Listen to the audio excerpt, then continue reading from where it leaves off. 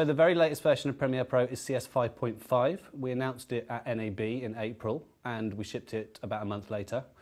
It's actually a really big upgrade. So one of the things we said at NAB was that we really wanted to commit to much more regular updates. So we're going to do .5 releases in between the major milestone releases, like between 5 and 6.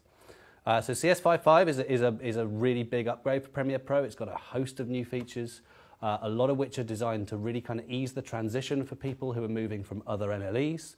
We're finding that more and more people are kind of looking at Premiere as their primary NLE, and we've put a lot of new features in to make that, you know, as easy a transition as possible. Premiere has seen amazing growth over the last couple of years, and that's partly because we've been developing it so hard. We've been putting so much work into this application. And you just have to look at how often we release updates, right? So we released CS5 back in sort of early 2010. We've had 4 updates to CS5 for simple bug fixes, but also new codecs, new functionality being brought in at the same time. So I think definitely one of our strengths has been and continues to be that we're out there in the community, talking to the professional editors, talking to the broadcasters. We share our proposed roadmap with these people. We get feedback on it. They tell us what their problems are and we try to find ways to solve them. Sometimes they're simple things like we want trimming to be better. Sometimes they're more complex things like I don't know how to manage all of these multiple codecs I'm working with, and we have to kind of think outside the box a bit. But yeah, we're absolutely all about talking to the editors and building a product that suits their needs. The growth of Adobe Premiere Pro on the market is absolutely amazing. So we're growing around 22% year on year in terms of revenue for the NLE, which is massive. That's much bigger than the average for the industry.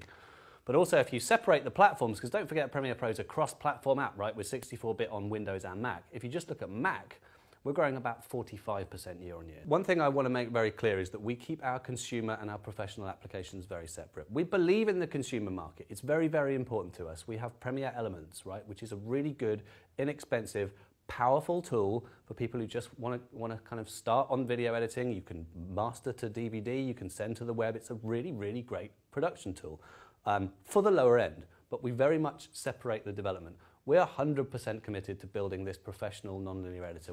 We say it at every trade show, we say it in every presentation. We're committed to regular release cycles. You've only got to look in the last 2 years and see what we've done. We're committed to working with the community and building the solution that they want. And we are not going to just suddenly completely redesign the user interface and the way that you work. You know, we're in it for the long haul, and we want to make a tool that editors love to use.